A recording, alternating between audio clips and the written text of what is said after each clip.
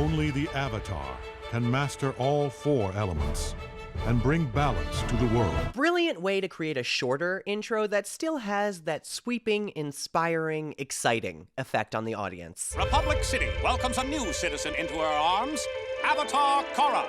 After years of seclusion in the South, this master of water, earth, and fire seeks to add airbending to her list of skills. Fantastic way to do a recap of previous episodes. So in line with the time period the show is set in, and just a heck of a joy to listen to every time. Even on rewatch, I never skip these because I just love this voice actor so goddamn much. More beautiful establishing shots with excellent whimsical musical chimes. I have to imagine that I'm going to be giving this show love for these pretty much every single episode. Having a picture of Tano in the papers to hint at his pro-bending fame, and including a picture of Amon as well to showcase the rising threat. What do you say we go to the arena tonight? Catch a few pro-bending matches. That sport is a mockery of the noble tradition of bending. Come on, Tenzin. Establishing Tenzin as kind of a stick in the mud. He's very humorless at the start of this series. I'd also like to add that, like the last episode, we have some great interior design that is very indicative of airbending values. Extremely minimalistic and simple, only the necessities. They are monks, after all, but all the colors are of course very consistent, and I love the palette. So for the time being, I want you to remain on the island. Is that why you're keeping the White Lotus sentries around to watch my every move? Yes. In order to learn airbending, I believe you require a calm, quiet environment, free from any distractions. All right. You're the master. This is such a great establishment for Korra's frustration throughout this episode. She thought she was attaining a bit of freedom here in Republic City, but Tenzin is creating the exact same atmosphere on Air Temple Island, hiding her away from the city and its culture, forcing guards to be around her at all times. She feels constrained and trapped, just as she has her entire life. It's also nice that Korra respects this decision at first and really tries to accept it despite her frustration. Again, people really portray her as this very bratty, completely irresponsible or impossible to reason with teenager, but she really does try to listen to authority until her frustration overcomes her due to the strict limitations set upon her. So, my mother informed me that you've never been able to airbend before.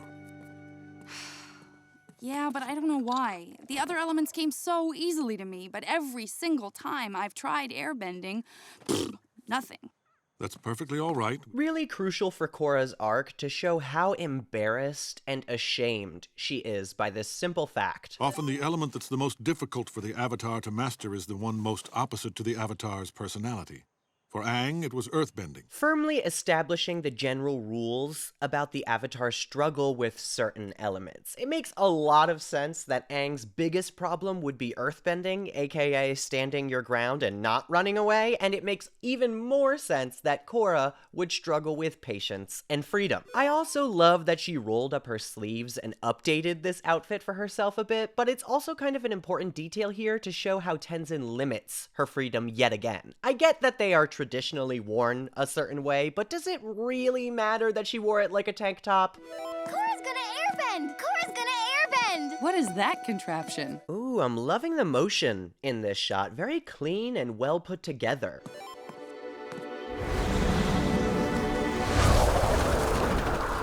Okay, this is the first time we see Tenzin airbend, and it is so appropriately majestic. I love the intricate hand movements that they animated. The bending is always so detailed and cared for in these shows. It is just astounding. Airbending is all about spiral movements. When you meet resistance, you must be able to switch direction at a moment's notice. Oh, wow, and this sequence is really just something else. The camera movement through the gates, the gorgeous soundtrack, the intricately animated movements of Jinora, but I think the best part is how well this airbending training fits with what we've seen from Aang, of course, in The Last Airbender. Not only is it so cool to witness some actual training since Aang started out as a master, but this lesson is exactly what we know best about airbending itself, avoiding and circumventing attacks rather than being directly aggressive. They are pacifists, so it makes sense that their fighting style is mostly based around defense. Very logical and a smart choice for the writers. Not only this, but it's a really great way to incorporate the teachings of Bagwajang, which is the martial arts style that many of Airbending's forms are based off of, and have been since the beginning of Last Airbender. This is also all about circular movements, and it's really interesting to learn about these very foreign topics through this fantasy show for children. Let's do this. Korra immediately charging in with a "let's do this" is so in character and also so not the energy you should be bringing to this exercise. Airbend. Korra trying to destroy a picture of Lin is a hilarious detail. And another great small introduction for Tarlok as well here. Grab your snacks and grab your kids, because this next match is gonna be a doozy. This mucko's got moxie. Enjoy the lingo that fits the 1920s aesthetic with usage of words like moxie. Beautiful shot of Korra looking out at the arena and city skyline. They capture the atmosphere of Republic City so well and depict it as its own character, so much so that it makes you want to live there. Obviously, it's not all sunshine and rainbows. There is a harsh reality and many ugly sides to the city, as there is to every single city that's ever existed. But god damn if this skyline isn't gorgeous. Clock is winding down. Can Yomo hold on? He's teetering on the edge of the ring now. The fire ferrets line up to strike. Love the fun characterization for these White Lotus guards. They always make sure to convey extras as normal people, just like they did in The Last Airbender. One of the best parts of these shows. I thought I made myself clear. I don't want you listening to this distracting nonsense. But it's their radio. And technically, you said I couldn't watch a match. You didn't say anything about listening to one. You know what I meant. Anyway, shouldn't you be in bed by now? Oh my god, this is such a classic conversation for a parent to have with a teenager. I love the sky bison constantly swirling around the island, a detail that they definitely didn't have to add, but is so fantastic at making this island feel like the buddings of a new airbending nation, as it should. It's like a different world on Air Temple Island than the rest of Republic City. It's so cool how they're able to do that. God damn, the lighting over the water is breathtaking here.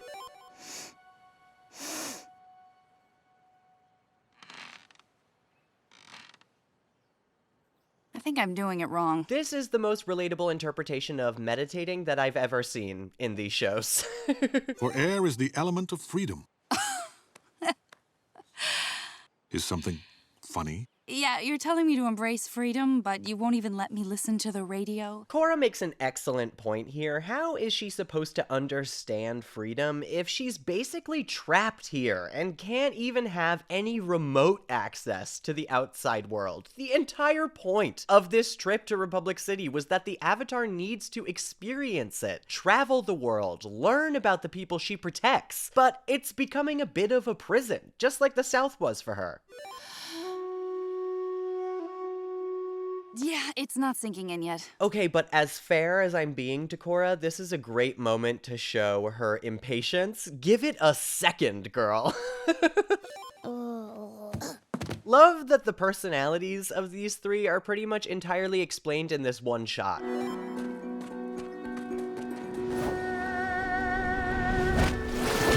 What a cool way to jump in the water while cushioning the fall. This is a high-ass jump, so it is pretty smart.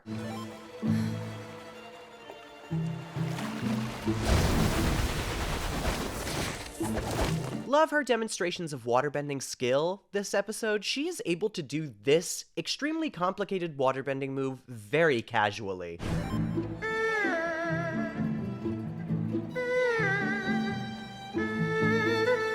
And another breathtaking shot accompanied by an insanely alluring song. It's all right, Toza. She's with me. Yeah, I'm with him. So, you see, we're together. Well, not together, more like friends. Right, friends. No, I didn't mean to imply. Oh, you implied it. I love how clear Korra is here. She is having none of that. A miss? Thank you, sir. Seriously, thanks. Toza bending dumbbells is a nice little touch. Best seats in the house, huh? unbelievable. Wow, what a spectacular shot. I am so sorry I'm giving so many points to this episode for just, like, these random background drawings, but God, they are so beautiful. All right, look, I kinda promised her she could stay, but man, I got a good feeling. There's something special about her. I know it. Cool that Bolin can sort of sense that there is something unique about Korra from their very first meeting. It's a great way to set up her team avatar, to have someone who has always believed she was special, even without being told her title. Korra really needs that around her, honestly. Love the unique designs for Bolin and Mako as well, such different features signaling their different bending abilities and personalities, and where perhaps their ancestors come from.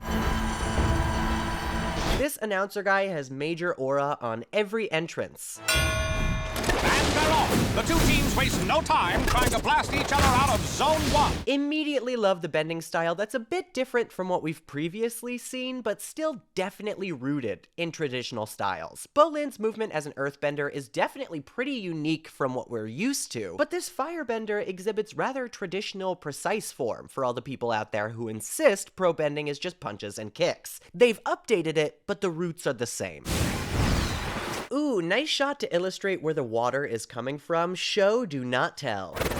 While Mako showcases his trademark cool under fire style. Mako's almost boxing-like style is such an excellent way to further develop new and unique bending styles, especially ones that match the culture and time period that we're in. Plus, this sort of gritty, quick street fighting makes sense for those who actually lived their lives on the streets themselves, as they likely had no formal training since their parents were taken from them very young and had to develop the quickest style possible to defend themselves. A teammate hold on to their Zone 1 territory?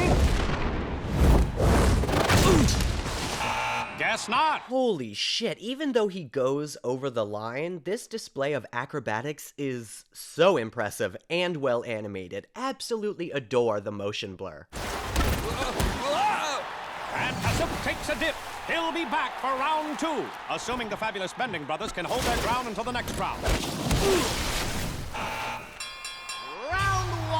This match is excellently laid out to demonstrate the general rules of pro bending without explicitly stating them. And the Tiger Dillos advance.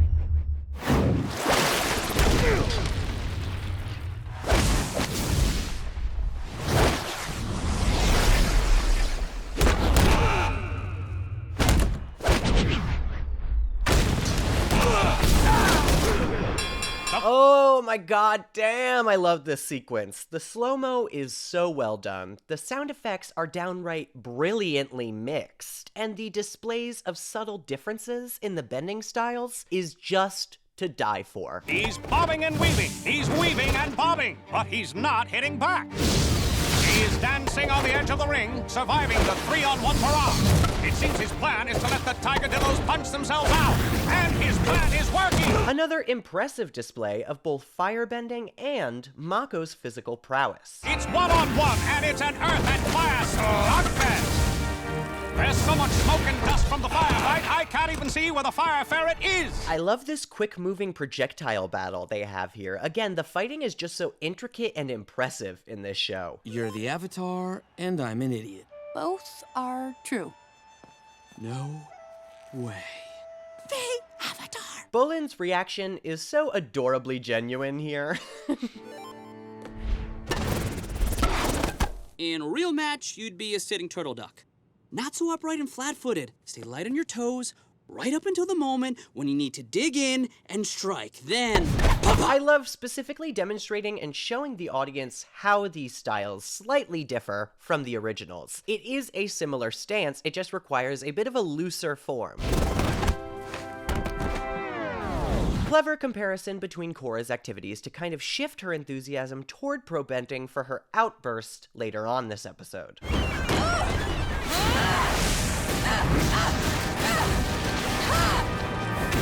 And a good way to display Korra's severe lack of patience and tendency to respond with aggression when met with failure or potential shortcomings. She has heard the legend of Aang, the tale that makes him sound perfect, and she aspires to be like him, so meeting any sort of resistance or problem with her own abilities is an affront to her own confidence and self-worth. She is always living in Aang's shadow. Korra, this isn't something you can force. If you would only listen to me. I have been! But you know what I think? Maybe the problem isn't me. Maybe the reason I haven't learned airbending yet is because you're a terrible teacher! Ooh, this is difficult to hear, but a very realistic response to roadblocks. Yeah, you're a terrible teacher, Daddy.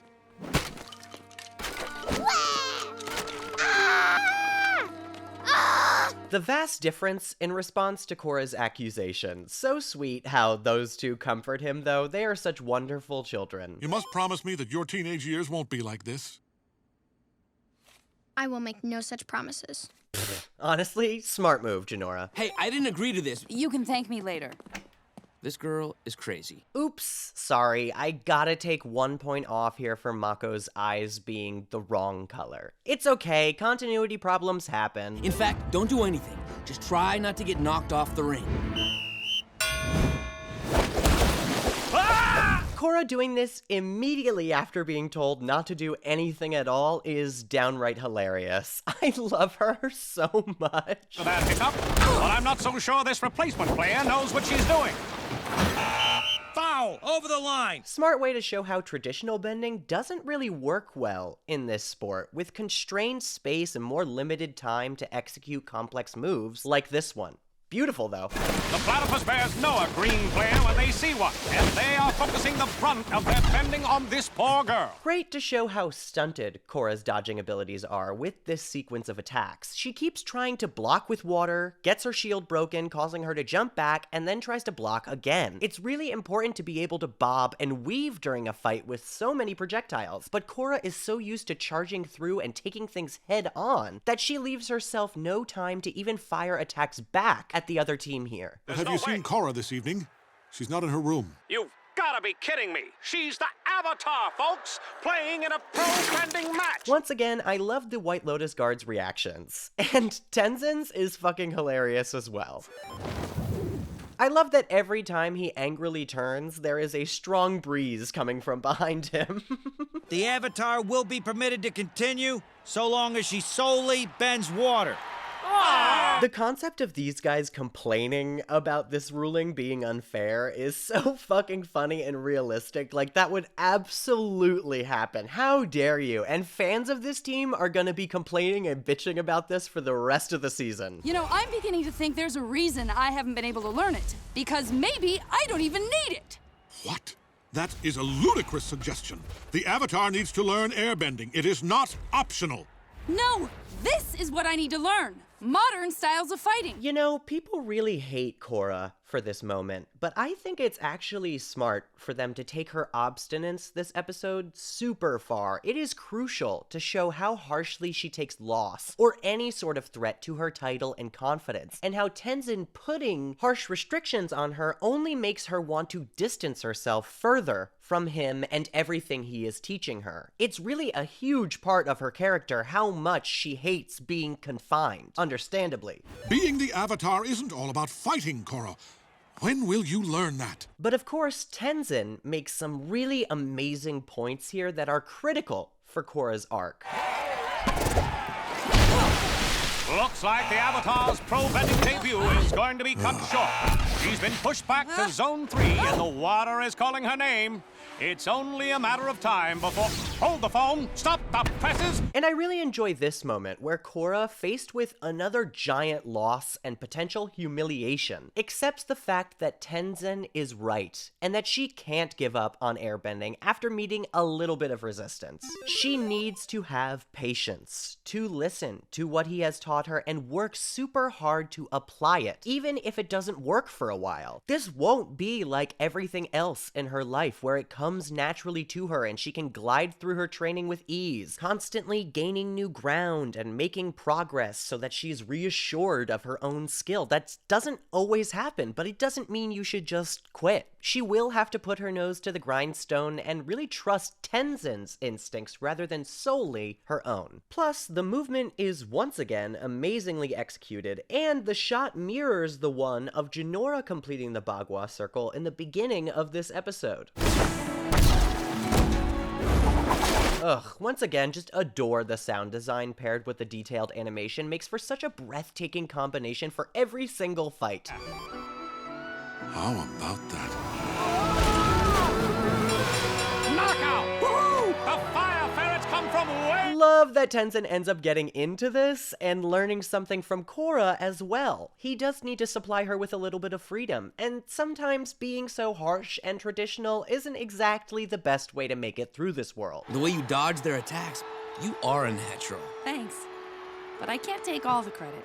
Someone else taught me those moves. Korra giving credit to Tenzin is so great and mature of her. I'm really sorry about everything I said.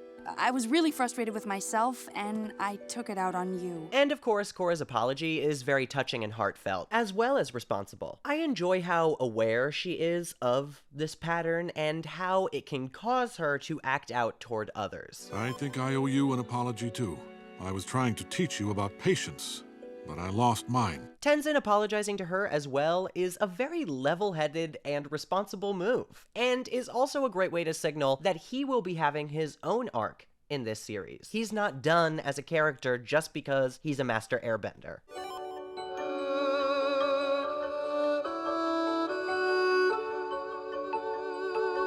Listen, I don't ship these two, of course, but this is actually a really sweet pairing of shots that sets them up to be love interests without a single word being uttered between the two of them. And don't say it. Don't say it. Don't say it, Alec. God, the music is just as stupendous as ever. I love the music. God bless you, Jeremy Zuckerman.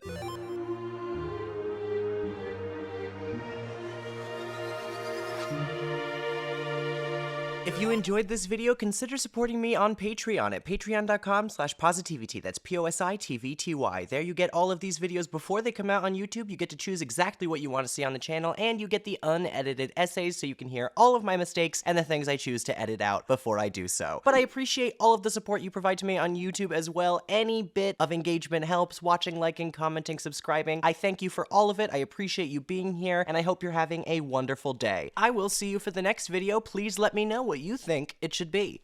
Bye-bye.